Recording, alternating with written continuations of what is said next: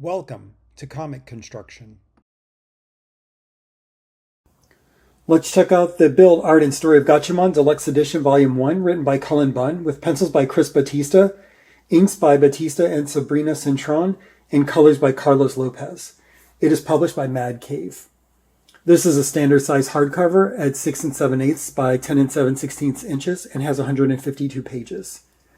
The build of this book is very similar to the recent Dick Tracy Deluxe Edition review I did.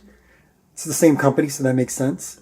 The cover has 4-color printing on the board with this amazing illustration of Ken by Tommy Lee Edwards. There's a spot UV over all of the elements that aren't the red of the cape. So all of these little bits at the top, and then the actual red down here, that's uncoated. Everything else has the spot UV applied to it. The cape does wrap around, and everything within the cape is uncoated, including this illustration of the cast. The binding is sewn with a bright red head ribbon, which contrasts pretty nicely with the darker red of the almost maroon of the interior of the cape. The interior paper is a nice semi-gloss. It's fairly thick. I don't think it's quite as thick as what's in a Dark Horse hardcover, but definitely thicker than what you would get in a Big 2 hardcover. The art by Chris Batista is very interesting. And I say that because his drawings of the original classic cast look exactly as you remember. And that is high praise. And what I mean by that is, like, they probably look better than the old show did, but this is what you probably think of as sort of the platonic ideal of what these characters would look like. His background work and all of Galactic are also drawn really well. But there is a second set of characters in this book that feel a little less cohesive to me. And I want to give a special shout out to the colorist. Lopez does an amazing job of making this look like animation. Again, it probably, if you look at the classic team, it looks like what you remember, even though that's probably nicer. You know, you've got your nostalgia goggles on. But it looks amazing in here.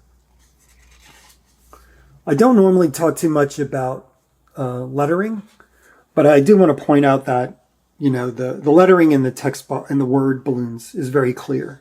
But in the text boxes, you get something that looks like a nicer Comic Sans, and I don't mean that as a compliment. I kind of wish they would have used a better font there, but that is what it is.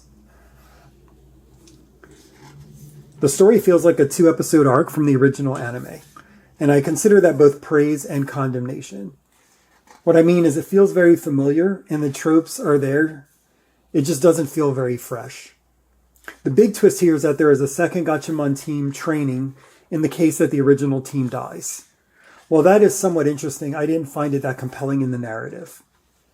There are friendships and rivalries between the teams, but nothing really groundbreaking. The closest comparison from my reading experience would be the introduction of the all-new X-Men team and how that forced the dissolution of the original X-Men team. That was interesting and probably shocking at the time. I didn't find that story be really compelling to me in Gatchaman. To be fair, writing a book that plays to nostalgia is rather difficult, and I am likely not the target audience. I'm happy to rewatch the old anime or even the clip movie to get it Gatchaman fix. But if you really like Gatchaman and want to see sort of a newer continuation of the original story, this might be for you. Thanks for checking out this video. If you enjoyed it, like, subscribe, and share with a friend.